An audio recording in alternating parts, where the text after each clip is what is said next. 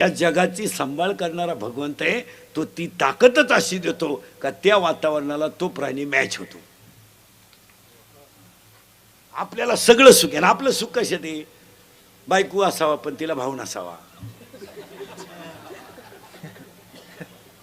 तिचा बाप वाघानं वडीत न्यावा, तिच्या आईवर रानडुकरांना हल्ला करावा, आणि इस्टेट आपल्याला मिळावा. आपलं नुसतं एवढा दान काय, जावाई एकटा असावा, त्याला भाऊ नसावा, ठकीच्या कमराला कपाटाच्या चाव्या यावा. ठकीला कपाट दिसत आहे का सुईचं? तिला कपाट उघडायला लावलं, ती फ्रीज मध्ये बोटं घालीत बसली, तिला समजत आहे का काही? पण येड पोरग म्हणतो मला देखणी बायको पाहिजे. उगाच भंगरी, वन साईड भांग, बागलात गोचिड्या, अंडरपॅन्टला ओवा, वन साईड भांग पाडी तर बागलात गोचिड्या. त्याला त्याला बायको कशी पाहिजे? स्मार्ट पीस पाहिजे. अरे गोचिडाचा वास येतो त्या अंगाचा, तुला स्मार्ट पीस देऊन काय त्याचं वाटोळ करतो? प्रत्येकाला सुखाची अपेक्षा आहे. म्हणून उरुळी कांचन फेस्टिवल 2020 कार्यक्रमाचे आयोजक संयोजक राजाराम कांचन, अध्यक्ष देवीदास भन्साळी, संतोष टेलीकर, जयप्रकाश बेत्रे, नंदकुमार पंडित, अमित शेख, संपत चव्हाण, खजिनदार, उपाध्यक्ष सचिव, कार्यकारिणी सदस्य, खजिनदार, गायकवाद, गुणजन मंडपाले, माय सिस्टीमाले, राजाराम भाऊ कांचनच्या आयोजित केलेल्या कार्यक्रमामध्ये आजच्या कीर्तनाला सुरुवात करायची. तुम्हाला मला सुख मिळवायचं आहे, इथं आपण होतो. मांजरीचं पिलू सुखी आहे कारण त्या सुखाची चिंता करणारा तो आहे. कुत्रीचं पिलू सुखी आहे, त्याचं कारण काय? याचं उत्तर आहे त्यांच्याकडे मी नाही म्हणून ते सुखी आहेत, आणि आपल्याकडे मी आहे म्हणून दुःखी आहेत.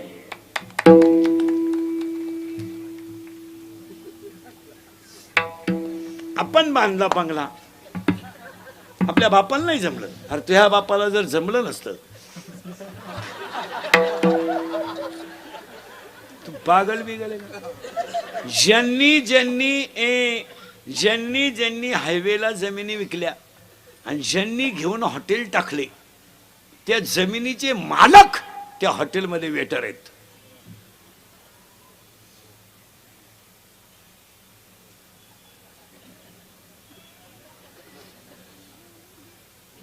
हा किंवा नाही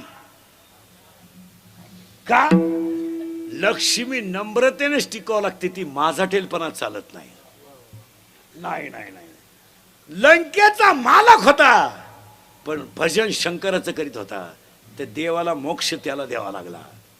बायको पळू दे राहू नाही, रामाची पळू जाऊ दे, काही फरक पडला नाही त्याने. आमच्या महाराज लोकांनी तेवढंच लावून धरलंय, रावणाने सीता पळू दे, तुझ्या काय बापाचं गेलं पळू जाऊ चाल.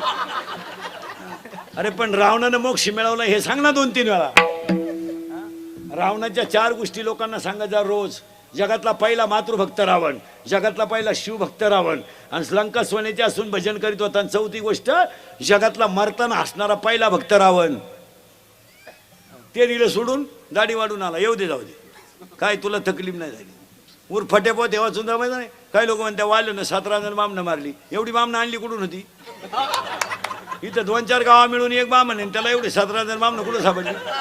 बरं सापडली तर सापडली. बामणं डोंगराला गेली ती का आला? त्यांना गावातलंच खपानं. काय पोथ्या वाची त्यात कुडून लोक.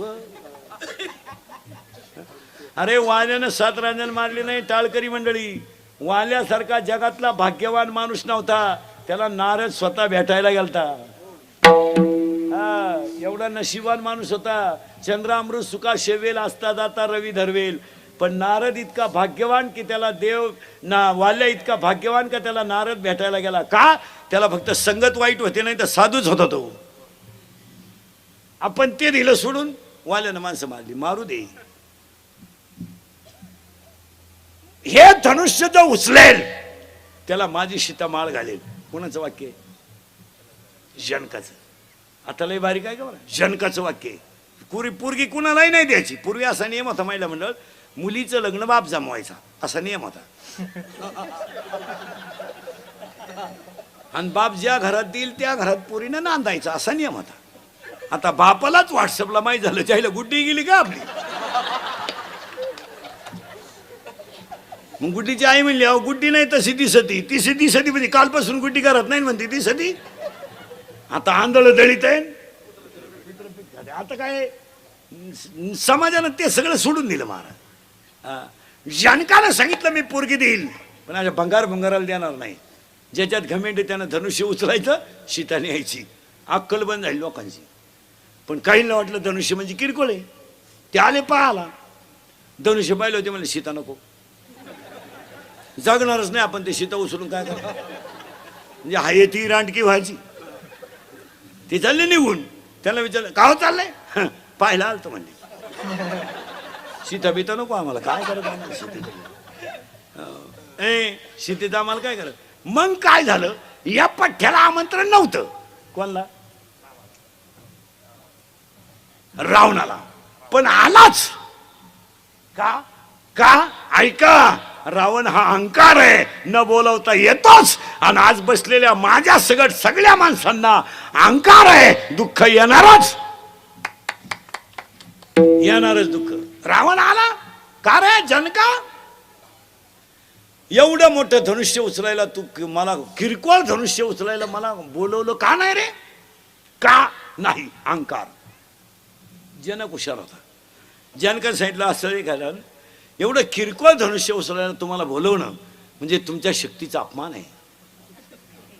बिघडलं रावण. रावणाला काय मांड्यात वाजवायचा नुसता रावण मांड्या वाजवायचा. सीतेला वाटलं एक आता पळवणार आपल्याला. सीतेने बाकीच्या देवांना हाका मारले, खंडोबा बैरोबा बिरोबा, हे नगाट देव. यांना सांगितलं तुम्ही धनुष्याच्या टोकावर बसा.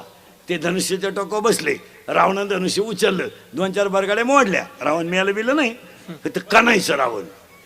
रावणाच्या प्रश्न मी विचारणार बरं का, आता उत्तर तुम्ही द्यायचंय. रावणाच्या अंगावर पडलेलं धनुष्य उचलायला 200 माणसं लागली. एवढं जड धनुष्य होतं ते धनुष्य सीता अंगणात घेऊन घोडा खेळत होती. तर ती सीता रावणानं उचलली कशी.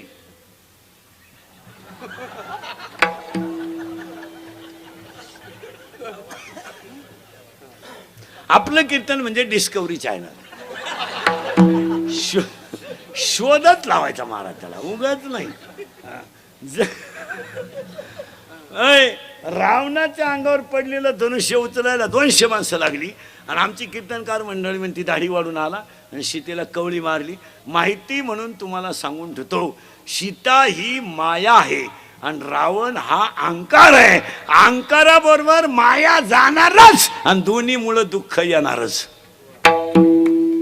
तुम्हाला मला काय आलंय, अहंकार. काय आली, माया. आणि संपलो आपण. अजून तर काहीच नाही. महिला मंडळ, हे राजाराम भाऊंचा आदर्श घ्या. एवढा मोठा फेस्टिवल त्यांनी मांडला ना, 3 गोष्टी करा. पटलं तर हा म्हणा. आणि हे इंदुरीकडचं कीर्तन आहे. आपल्या कीर्तनाला पटलं तर हा म्हणायचं, नाही पटलं तर नाही म्हणायचं. आपल्याकडं नाही लय उत्तर आहे, हा लय उत्तर आहे. पण भामट्यावानी कीर्तन ऐकायचं नाही. आम्ही म्हणायचं बैल गा बनन, तुम्ही म्हणायचं त्याच्या दुधाचा चहा. मी मरल ना महाराज, म्हणजे मरल नाही मी 5-25 वर्ष, पण तुम्हाला आपली रोज आठवण येणार, ध्यानात ठेवा. आज ह्या बिचाऱ्यानं संस्कृती जतन करण्यासाठी एवढा मोठा कार्यक्रम केला. आज अशा कार्यक्रमांमुळे सामाजिक प्रबोधन होऊन संस्कृती जतन होणं काळाची गरज आहे. अशातून शालेय कार्यक्रम आहे, गायनाचा कार्यक्रम आहे, कीर्तनाचा कार्यक्रम आहे, आणि ह्या गोष्टी आता करणं काळाची. त्या बिचाऱ्याला देवानेच किती चांगली बुद्धी दिली की 16 वर्ष एवढा कार्यक्रम राबवला. सदस्य खजिनदार सगळ्यांनी. महिला मंडळ 3 गोष्टी जपून वापरा. आजच्या फेस्टिवलला सांगतो, ऐकाल. महाराज म्हणून ऐकायचं नाही. महाराज मारू दे, उलत होते तिकडे. महाराज कीर्तन संपले हो का मारणं. तुमचा मुलगा म्हणून ऐकायचं. महिला मंडळ 1, पाणी जपून वापरा. आज ही गोष्ट प्रत्येक माणसानं कटाक्षानं पाळली पाहिजे. यावर आपलं मत काय. आजारी तुम्ही पाया पडून सांगतो, पाणी नसल्यावर काय होतं याचा अनुभव आपण 6 वर्ष घेतलाय. पाण्याचा वापर जपून करा. यावर आपलं मत काय. नळ बंद ठेवायचा. भांडे घासताना भांड्यांमध्ये सारखा नळ चालू ठेवत नका जाऊ. दुसऱ्याचा ओटा ओला होईल असं पाणी वापरू नका. आणि शेतकरी बांध फुटल एवढं पाणी गावाला भरू नका. पाण्याचा वापर जरूर करा, जपून करा. काय मत आहे तुमचं. ही काळाची गरज आहे. 1, पाणी जपून वापरा. 2, वीज जपून वापरा. अजून आपल्यावर विजेचं संकट येणार आहे. आता ही 5-6 वर्ष तुम्हाला वीज का कमी पडली नाही, तर सगळ्या शेतकऱ्यांच्या विहिरीला पाणीच नव्हतं. त्यामुळं मोटरी, इलेक्ट्रिकल पंप सगळे बंद होते. यंदा ती अडचण येणार आहे. वीज जपून वापरा. आणि 2-3 वाणी जपून वापरा. याला जरा आवर घाला आणि वयामानाचं भान ठेवून बोला.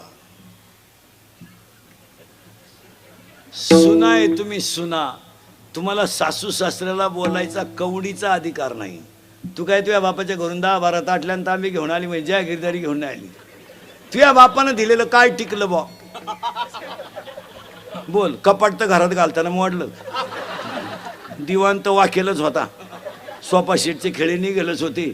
तांब्या चिमटेलच होता. काय दिलं? विनोद समजू नका. तुम्ही बोला नवऱ्याला. तुम्हाला नवऱ्याला बोलायचा अधिकार आहे. तो तुमचा व्यवहार नवरा आहे. तो कधी नाही म्हणला का भांडे घासायला? कधी नाही म्हणला का धुणं? तुम्ही त्याला काय, अरे वाघासारखा गडी होता पण बिबट्या झाला. पण पाया पडून सांगतो महिला मंडळ, थोडंसं वाईट वाटेल पण वयामानाने सासू सासऱ्याला बोलू नका. का? शेतकरी वर्ग गरिबी सहन करू शकतो. शेतकरी वर्ग उपाशी राहणं सहन करू शकतो. मुलाकोण आणि सुनबाईकोण झालेला अपमान तो सहन करू शकत नाही. आणि तुम्हाला तो अपमान करण्याची गरज सुद्धा नाही. तुमचा काय संबंध येतो? काय तुला सासऱ्याचा बोलायचा अधिकार आहे? तुझा नवरा आहे, तो त्याच्याशी बोलायचं काय असेल ती. त्याने आयुष्यभर कष्ट करून संसार उभा केलाय. तुझ्या नवऱ्याने त्याची इस्टेट ठीक सांभाळली सुद्धा नाही तर वाढवायचा कधी वाढवायचा? त्याच्या बापानं कमवलेली इस्टेट त्यानं इकून टाकली, ती त्याला सांभाळता आली नाही, तो वाढविल कवा?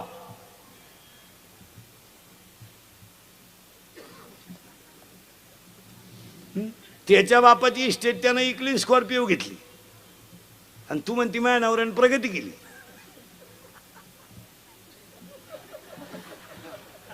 मी घरात आले आणि घराची भरभराटी झाली. विचार बरं तुझ्या मनाला घराची काय अवस्था झाली. हा विनोद नाही. पाणी जपून वापरा, वीज जपून वापरा आणि वाणी जपून वापरा. मान्य? आणि या तिन्ही गोष्टी काळाची गरज आहे. आता तुम्हाला सांगतो 3.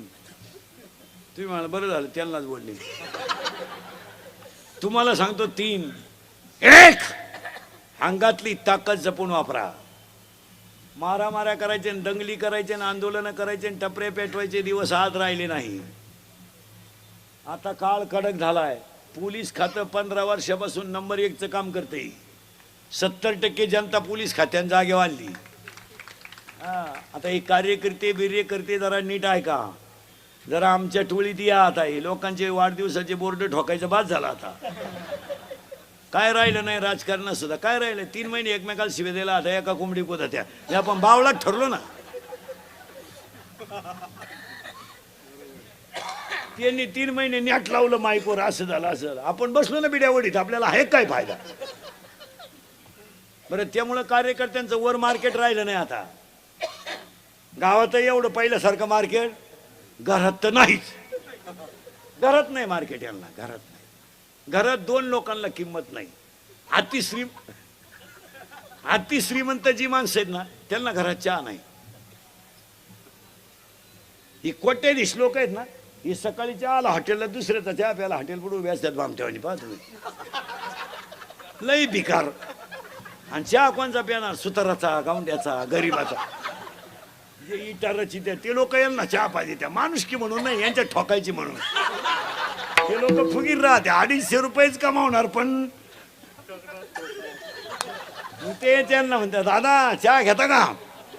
ते प्रेमानं म्हणले का जिरवायची म्हणून दादा म्हणतो द्या बा. मग चहा पेता पेता दादा म्हणतो JCB घेतला आपल्या पोरेनं. का तुला खड्डा घ्यायला घेतला का? तुला चहा आला पैसे नाही. JCBनं काय खड्डा घेतो का हलकटा? अरे ते गवंडी पा इटा रचून चहा भाजी देई. हे श्रीमंत माणसांचं लय दरिद्री जगणं यांचं. हे फक्त यांना जर मित्राला चहा पाण्यात असलं ना, ते हॉटेलमधली गर्दी वय कमी पोहेपर्यंत उठती नाही हॉटेलमधून. बस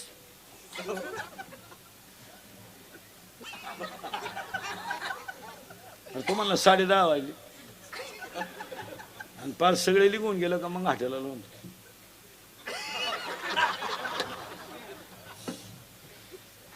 लई भिकारी. तसे कार्यकर्ते घरी जर गेले ना, यांना घरात लई वजन नाही. यांच्या बायका नीट बोलत नाही घरात. भजन्यांच्या बायका तरी म्हणतात आले का.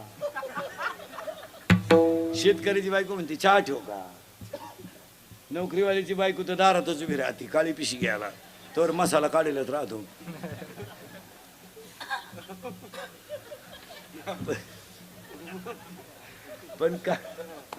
पण कार्यकर्त्यांच्या बायका तशा नाही. पप्या त्याला विचार खायचंय का बाहेरून खाऊन आलाय पाय, आणि त्याच्या तोंडाचा वास घे. मुदबीत प्यालाय का पाय, आणि त्याला म्हणा अंगणात झोप. आणि तो सकाळी म्हणतो गावात काही भरीव कामं केली पाहिजे.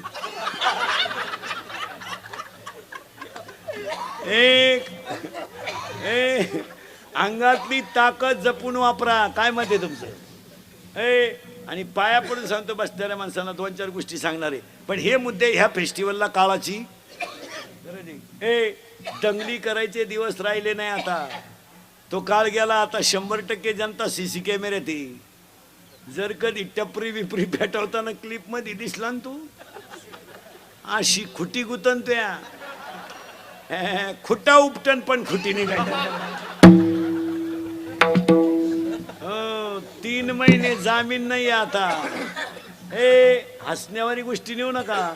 3 महिने जामीन नाही आणि मरेपर्यंत सरकारी नोकरी नाही. तुमच्यापैकी कोणी दंगलीत गुतेला असेल तर त्याला विचारा फक्त कसं काय. त्याला म्हणा ना उद्या मोर्चा आहे, गावाला चाललो मी, आग लाव त्या मोर्चाला, याच्यात उतरू नका. विनोद ह्या नाही. माऱ्या करायचे दिवस आज राहिले नाहीत. पहिलं वाक्य सांगतो, जर प्रत्येक माणसानं अंगातली ताकद योग्य वापरली तर तिचा फायदाच होईल. काय मत आहे तुमचं. दुसरं वाक्य सांगतो, अंगातली ताकद जपून वापरा. 2 वादाचा मुद्दा येत असेल तिथं माघार घ्या. तुमचा जय कधी आहे. भांडणाचा मुद्दा आला ना, माघार घ्या, तुम्ही जय होणार. नवरा बायकोचं भांडण झालं ना, हो द्या ना, फक्त 5 मिनिटं तिच्या गप्पात राहायचं. ती काय पिसाळली का, फक्त पाहत राहायचं. ती बुखात आणि गप बसत. जिंकलो ना आपण, जिंकलो. यश. शिक्षकानं कॉफी पकडली ना, शिक्षकानं कॉफी पकडली ना, फक्त त्या सरांच्या पाया पडा आणि फक्त म्हणायचं सर परत करणार नाही. वाचलो ना, पाया पडायचं सर परत करणार नाही, फायदा होणार नाही. सरांना म्हटलं भेट पेपर सुटला. आयुष्यभर भीक मागायची पाळी आली. हातानं 3 जण 1 जानेवारीला 90 पेले आणि ट्रॅक्टर उसाचा भरून आला. त्यानं हॉर्न वाजवला. आता हे मुतपे लावलं दिबीन बापाच्या, यांना क्रेडिट गेल्यासारखं झालं. यांनी त्याला सांगितलं का रे हॉर्न वाजवला. त्याला घोडा लावला. यांनी 2 ठोन दिले त्याच्या. तो टामी घेऊन उतरला. गुडघ्यातूनच काढली तिने बी. हे उतारले म्हणले ती आईला गुडघे नाही राहिले. अंगातली ताकद जपून वापरा. नम्र व्हा. राग आला आणि बायको उचलून आपटली, जागेवर मेली. 40 वर्ष जाऊन बसलं. काय करतो आता. सुटून आला आणि मेला. भांडणापासून बाजूला राहा. काय मत आहे तुमचं. तुम्हाला 2-3 मुद्दे सांगतो. भांडणापासून बाजूला राहा. भांडणात फायदा नाही. कशाला भांडण करायचं, का करायचं. राहायचं तरी किती दिवस. 1.5 गुंठा जागा होती 2 भावांशी. 1.5 गुंठा. 40 वर्षी केस चालली. वकीलही मिळाला.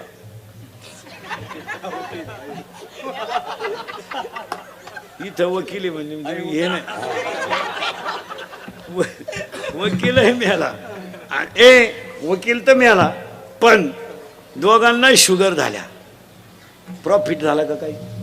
मिटून घ्या, फायदा आहे. आता काही लोक म्हणतील का मिटवायची. तू तू तू आम्हाला नको शिकू. तू पाय. वादाला फळ आहे अजिबात नाही.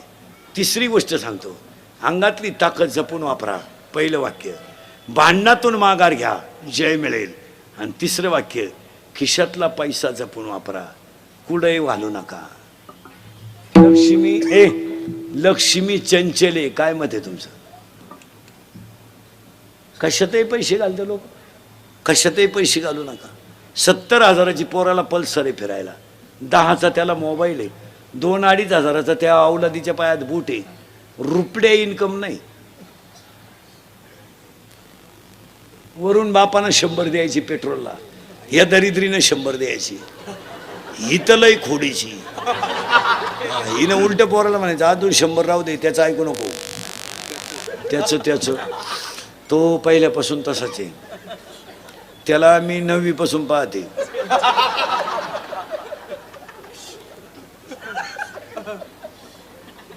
मग आता त्याच्याकडं मोटरसायकल 70ची पल्सर, 10चा मोबाईल, 2-2.5 हजाराचा पायात बूट, खिशात 200-250 रुपये. ते का आला हरिपाठ करीन, ते माझाठलं.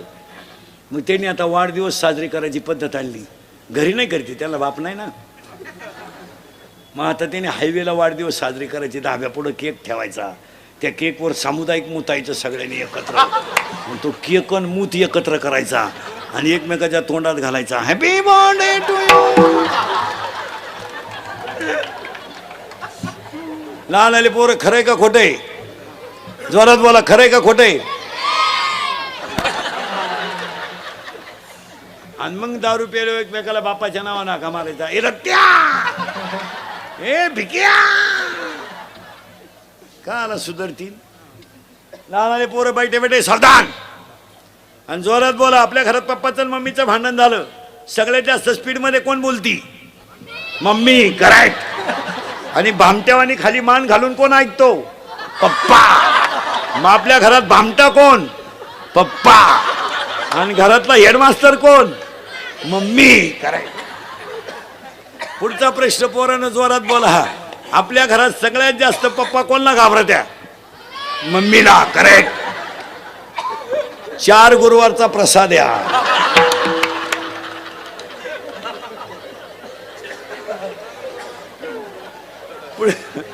पुढचा प्रश्न पोरानं एकदम जोरात, घाबरायचं नाही, जोरात बोला. या वर्षाचा गाजलेला सलमान खानचा सगळ्यात भारी सिनेमा दबंग 3. करेक्ट. मोठाले पोरं नका बोलू. ए जा पटकन. लहान पोरं, या 2 वर्षात गाजलेला सगळ्यात भारी मराठी सिनेमा सैराट. करेक्ट. सैराट मधलं सगळ्यात फोकसचं गाणं गाठ. या 2-4 महिन्यात गाजलेलं सगळ्यात भारी गाणं, बाई सुनू तुझं माझ्यावर, मला आमदार झाल्यासारखा.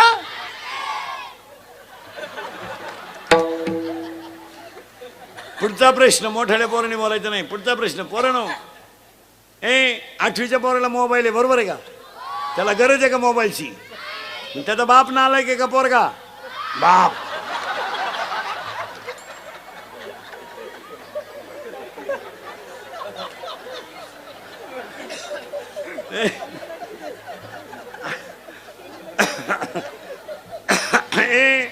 अडीच तास आपली मुलगी मोबाईलवर बोलते, मग आई मूर्ख आहे का पोरगी?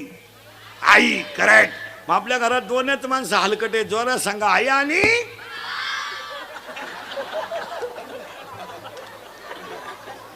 आई. एक ताकद जपून वापरा, 2 भांडणापासून दूर राहा, आणि 3 हा खरा फेस्टिवल आहे. मी सांगतो, हा याच्यासाठी तर त्या बिचाऱ्या राजाराम भाऊची धडपड आहे. आणि 3 खिशातला पैसा जपून वापरा, कशातही पैसे घालू नका.